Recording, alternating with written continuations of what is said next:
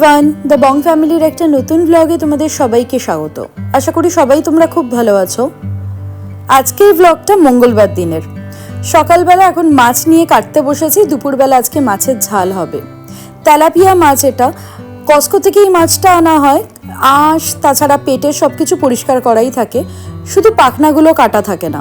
পাখনাগুলোকে এখন কাঁচি দিয়ে কেটে নেবো। পাখনাগুলো ছুরি দিয়ে কাটতে খুব অসুবিধা হয়। তারপরে মাছগুলোকে টুকরো করে নেব। জানি না কেন কস্কোতেই তেলাপিয়া মাছটা এরকম একদম পিঙ্ক বা অরেঞ্জ কালারের পাওয়া যায়। তেলাপিয়া মাছ আমরা দেশে যেরকম দেখে এসছি একটু কালচে কালারের হয়। ইভেন এখানে অন্যান্য দোকানে তেলাপিয়া মাছ কিন্তু কালচে কালারেরই হয়, কিন্তু কস্কোর এই দোকানটাতে স্পেশালি এরকম একদম অরেঞ্জ কালারের মতন তেলাপিয়া মাছটা পাওয়া যায়। আমি একবার জিজ্ঞাসা করেছিলাম, ওনারা বলেছিলেন যেহেতু আঁশটা ছাড়ানো থাকে সেহেতু। কিন্তু বাড়িতে তো আমরা আঁশ ছাড়িয়েই রান্না করি, কখনো এরকম কালো তো হয় না। কি জানি, যাই হোক মাছটা খেতে ভালো হয় তাই মাঝে মাঝে আনা হয়। এদিকে আমি পাখনাগুলোকে ছাড়িয়ে নিয়েছি। এখন মাছটাকে জাস্ট দু টুকরো করে নেব। মাছ রান্না করতে কিন্তু সব থেকে কম সময় লাগে। মাছের ঝাল বা মাছের তেমন কোনো যদি স্পেশাল কোনো রান্না না করা হয়, না তেমন কোনো বাটাবুটি থাকে, না তেমনভাবে তরিজুত করে রান্নাও করতে হয়। আজকে রান্না করব মাছটাকে সর্ষে আর পোস্ত বাটা দিয়ে, তো আরোই তাড়াতাড়ি হয়ে যাবে। ওদিকে মাছটাকে নুন হলুদ মাখিয়ে সর্ষে তেলে ভাজতে দিয়ে দিয়েছি। এদিকে সাদা সর্ষে, কালো সর্ষে আর কিছুটা পোস্ত নিয়ে নিয়েছি, তার মধ্যে অল্প একটু নুন দিয়েছি। প্রথমে এই কফি গ্রাইন্ডার জারটাতে না ভালো করে শুকনো গুঁড়িয়ে নেব, তারপরে জল দিয়ে আর কাঁচা লঙ্কা দিয়ে ভালোভাবে বেটে নেব। তোমরা যারা দেশের বাইরে থাকো সেখানে তো ভালো খুব একটা মিক্সার গ্রাইন্ডার পাওয়া যায় না। কফি গ্রাইন্ডার জারটা ইউজ করতে পারো এরকম পোস্ত বাটা বা সর্ষে বাটার জন্য, খুব ভালো কাজ দেয়। মাছ এদিকে আমার ভাজা হয়ে গেছে। যেটুকু এক্সট্রা তেল আছে সেটুকু সরিয়ে নিয়ে তার মধ্যে একটুখানি কালো জিরে আর চেরা কাঁচা লঙ্কা ফোড়ন দিয়ে দেব। তারপরে ওই বাটাটা দিয়ে দেব। একটু জলও দিয়ে দিলাম, তার উপরে অল্প একটু হলুদ আর নুনটা পরিমাণ মতন দিয়ে দেবো। এই রান্নাতে আবার অনেকে হলুদ দেয়ও না। আমি সামান্য একটু হলুদ দিই, যাতে হালকা একটা হলদে ভাব আসে, দেখতে ভারী সুন্দর লাগে। ভালো করে মশলাটা কষিয়ে পরিমাণ মতন এখন জলটা দিয়ে দিলাম। যেই গ্রেভিটা ফুটে উঠেছে মাছগুলোকে দিয়ে এপিট ওপিট করে 2-3 মিনিট ফুটিয়ে নিলেই মাছের ঝাল রেডি হয়ে যাবে। সব থেকে ঝটপট করে রান্না আর খেতেও দারুণ হয়। দেখো মাছটা একদম রেডি হয়েছে। মাঝখানে একবার আর কি উল্টে দিয়েছিলাম। আর এখন মাছগুলোকে একদম নাড়ান চাড়ান দেবো না, যাতে মাছগুলো আবার ভেঙেও যেতে পারে তাতে। তো তার জন্য একটুখানি ওপরে কাঁচা তেল ছড়িয়ে দিলাম আর একটুখানি ওই নেড়ে নেড়ে দিয়েছি। এদিকে আমার মাছের ঝাল হয়ে গেছে। আর আজকে বানাবো লাউ চিংড়ি। লাউ সেদিনকে এই লাউটা আনা হয়েছিল আমাদের এখানকার ইন্ডিয়ান গ্রসারি স্টোর থেকে। আর আমাদের এইখানে যতবার লাউ খেয়েছি এখানকার না, ওই একদম সরু লম্বা লাউগুলো পাওয়া যায়, বেশি লম্বা হয় না। তো মেক্সিকান ওই প্রোডাক্টগুলো পাওয়া যায়, প্রত্যেকবার ওটাই আনা হয়। এইখানে সেদিনকে একদম ইন্ডিয়ার লাউয়ের মতন লাউ দেখতে পেলাম, তো তার জন্য নিয়ে এসছি। একটাই অসুবিধা হচ্ছে, এখানে বটি থাকলে খোসা ছাড়াতে সুবিধা হয়, কিন্তু এই পিলার দিয়ে খোসা ছাড়াতে এই লাউয়ের একটু কষ্ট হচ্ছিল। আবার যে লাউটা সবসময় নিয়ে আসি ওই মেক্সিকান প্রোডাক্টটা, সেটা ছাড়াতে আবার খুব একটা অসুবিধা হয় না। বিশাল বড় লাউটা ছিল। প্রথমে তো ভাবছিলাম পুরোটা বানাবো, তারপরে কাটতে গিয়ে দেখি না, পুরোটা বানাতে হবে না, কিছুটা আবার রেখে দিয়েছি, একদিন লাউ দিয়ে ডাল মতন কিছু বানিয়ে নেব। এখন সর্ষের তেলের মধ্যে চিংড়ি মাছগুলোকে ভেজে নিচ্ছি। চিংড়ি মাছগুলো বেশ বড় এখানে, তো তার জন্য ছোট ছোট করে কেটে নিয়েছি আমি। ছোট ছোট চিংড়ি মাছ হলে সুবিধা হয়, কিন্তু এখানে ছোট চিংড়িটা না খুব কম পাওয়া যায়।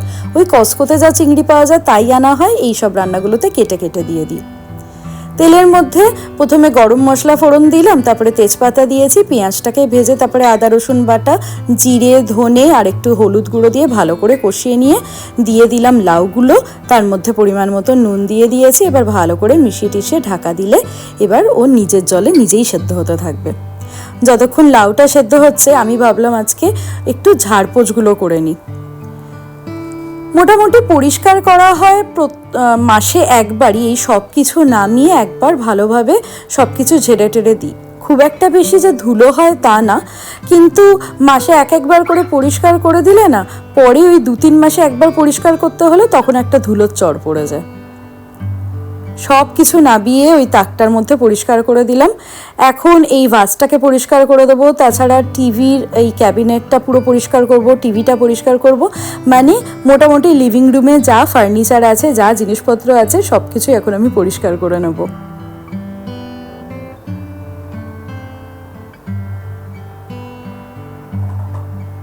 সন্দেশ আর আংশু আজকে নিজেদের মতনই বিজি আছে। সেই ছোট রুমটার মধ্যে আংশু কিছু স্টোরি বুক পড়ছিল আর সন্দেশ সেটাই বসে বসে শোনে। এটা এখন সন্দেশের একটা স্বভাব হয়েছে। আর মাঝে মাঝে এসে একটু এপাশ ওপাশ দেখতে থাকে। আমি আগে ভেবেছিলাম যে সন্দেশ বোধহয় এই গাছটাকে নিয়ে একটু গাছে হাত দিতে যাবে বা কিছু করবে, খুব একটা কিন্তু কোনো কিছুতেই টাচ করে না। অন্য কিছু নিলাম সেটাকে বা সাজিয়ে যে জিনিসগুলো রাখি সেগুলোকে নিয়ে খেলা বা এরকম কিছুই করে না, নিজের খেলনাটুকু নিয়েইও খেলে। আমার ওদিকে সব ঝাড়পোছ করতে করতে এদিকে দেখো আমার লাউটা সেদ্ধও হয়ে গেছে। লাউটা বেশ কচি ছিল, অনেকটা জল ছেড়েছিল, জলটা শুকিয়ে নিয়েছি, চিংড়ি মাছটা দিয়ে দিলাম, লাস্টে একটু গরম মশলা আর ঘি, ব্যাস আমার লাউ চিংড়ি একদম রেডি। রান্নাবান্না আজকে যেহেতু একটু তাড়াতাড়ি হয়ে গেছে, বাচ্চাগুলোকে খাইয়ে দাইয়ে দিয়ে ভাবলাম যে আজকে রান্নাঘরটা একটু ভালো করে পরিষ্কার করে নিই। রান্নাঘরের স্ল্যাব, তাছাড়া গ্যাস ওভেন, এগুলো তো সবসময় পরিষ্কার করা হচ্ছেই, কিন্তু এই ক্যাবিনেটগুলোও না, যেহেতু আমরা একটু তেলের রান্নাবান্না করি তো তেল চিটে চিটে হয়েই যায়। এখানকার যে চিমনিটা সেগুলো খুব একটা বেশি কার্যকরী হয় না, অতটা পাওয়ার নেই। তো তার জন্য ভালো করে এই ক্যাবিনেটগুলো, বিশেষ করে গ্যাসের আশেপাশের যে ক্যাবিনেটগুলো, সেগুলো মাঝে মাঝে একটু পরিষ্কার করে দিলে তেল ছিটে ভাবটা আর হয় না। এই পুরো ইউএসএতেই আমি 3-4টে ঘরে তো দেখলাম এখানকার চিমনিগুলো না ওই ছোট ছোট একটা ফ্যান করে লাগানো থাকে। আমাদের দেশের চিমনিগুলো কেমন পাওয়ারফুল হয়, যত তেল মশলা সব টেনে নেয়, এখানকার চিমনি কিন্তু অত পাওয়ারফুল না। যাক, ওপরটা পরিষ্কার করে দিয়েছি। এখন এই জায়গাটা তো প্রত্যেক দিন পরিষ্কার করা হয়, কিন্তু ট্রেগুলোর ভেতরটা পরিষ্কার করা হয় না, বা বোতলগুলো সবসময় মুছে টুছে রাখা হয় না। আজকে ভাবলাম সেগুলোও করে দিই একটু। এই অর্গানাইজার ট্রেগুলো বা এই যে তাকটা কিনে যে কি সুবিধা হয়েছে, এই তাকটার মধ্যে আমি যত রোজকার দিনের মশলা সেগুলো রেখে থাকি। আর তাছাড়া এবার ইন্ডিয়া থেকে ওই মশলার একসাথে যে বক্সটা হয় না, অনেকগুলো মশলা একসাথে রাখা যায়, সেটাও এনেছিলাম। তো মশলা নিতে আমাকে আর কোনো তাকটা খুলতে হয় না, এখান থেকেই সব ব্যবস্থা হয়ে যায়। আর অনেকগুলো জিনিস একটা ছোট্ট জায়গার মধ্যেও রাখা যায়। ছোট্ট কিচেন হলে না এগুলো খুব সুবিধা দেয়। আর আমি যখন এইটা কিনছিলাম তখন এটা দেখেছিলাম যে বাথরুমেও রাখা যায়। যাক, মশলাগুলোকে সব মুছে টুছে রেখে দিয়েছি। আর এই ট্রেটা না আমি খুব পছন্দ করে কিনেছি, এত মিষ্টি দেখতে ট্রেটা। এটার মধ্যে আমি ওই তেলের ডিসপেন্সার রাখি, নুন রাখি, চিনি রাখি। আর এই কোস্টারটা এটা আংশু নিজের হাতে বানিয়েছে। ওই পাশগুলো মোটামুটি পরিষ্কার করে নিয়েছি। আর এখানকার এই রান্নাঘরের কর্নারের দিকটা 3টে থাক করে রাখা আছে, দেখতে ভারী সুন্দর লাগে।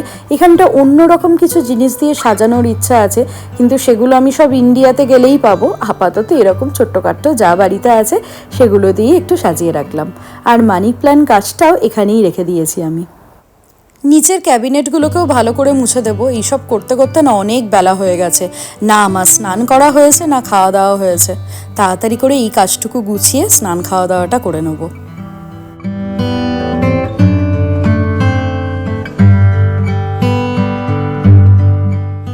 রাজীবের আজকে অফিস থেকে বাড়ি ফিরতে ফিরতে বেজে গেছিল 5:45।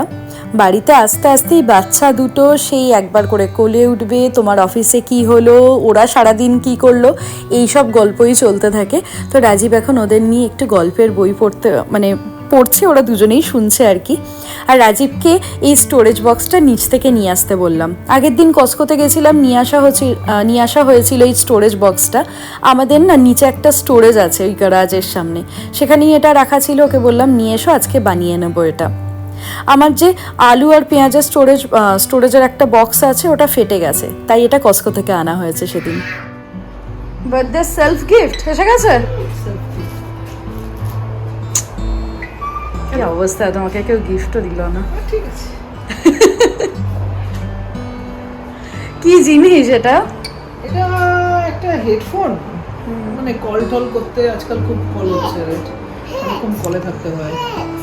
তো এটা কলও নেওয়া যাবে, গানও শোনা যাবে, মানে শোনার আর সময় নেই তোমার, ছেড়ে দাও। অ্যাপলের আইপ্যাড, আইপডের অল্টারনেটিভ, কিন্তু ওটা কানের মধ্যে ঢুকে থাকে, এটা ওভার দ্য ইয়ার থাকলে একটু আরাম লাগবে। কস্কো থেকে রাজীব অফিস থেকে এসে তেমন কিছু খাওয়া দাওয়া করে না, ওই একটু গ্রিন টি, মাঝে মাঝে কিছু একটু স্ন্যাক্স খেয়ে নেয়। তো আজকে একটু চানাচুর নিলাম, একটা দুটো করে বিস্কিট আর গ্রিন টি বানিয়ে নিয়েছি।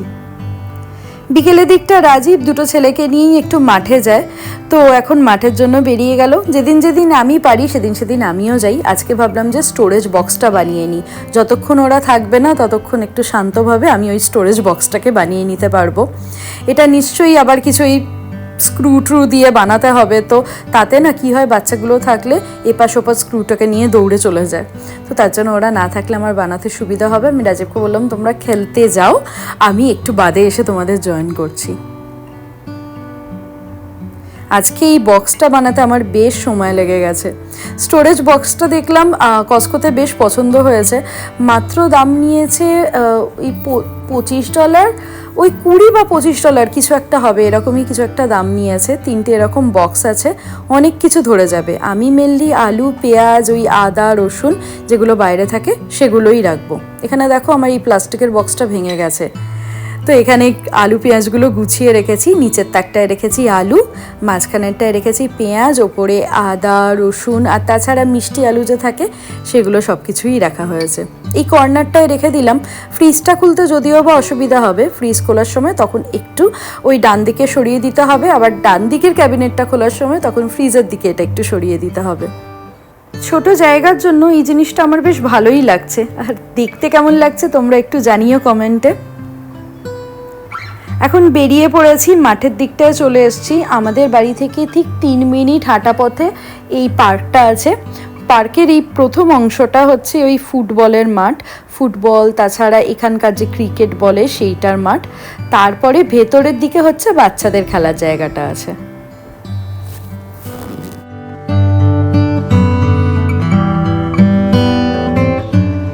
হলো খেলা, অংশু খেলা হলো, সন্তোষের খেলা হলো। পার্ক থেকে বেরিয়ে অ্যাটম বলে এই দোকানটাতে এলাম। এখানে ঘর সাজানোর ভারী সুন্দর সুন্দর জিনিস পাওয়া যায়। আমাদের সোফার ওপরের যে দেওয়ালটা একদম খালি খালি লাগে, ভাবছি ওখানকার জন্যই একটা ওয়াল আর্ট বা একটা পেন্টিং কিছু একটা কিনবো। ঢুকেই দেখি দেখো কত বড় একটা ওই হ্যালোউইনে সাজানোর জিনিস।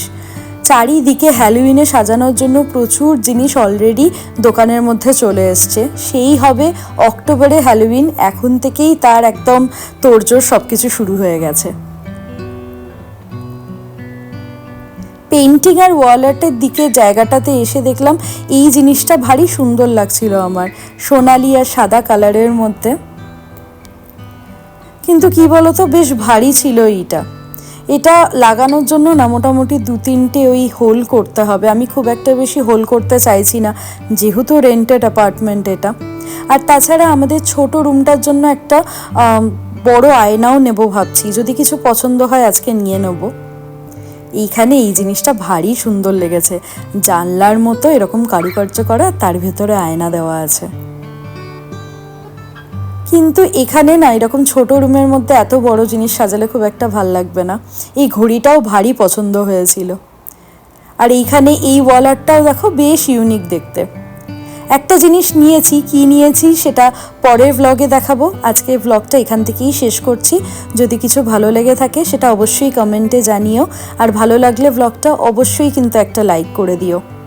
সবাই ভীষণ ভালো থেকো, সুস্থ থেকো, দেখা হচ্ছে আবার পরের ভ্লগে। আর সবাই প্লিজ লাইক করতে ভুলো না।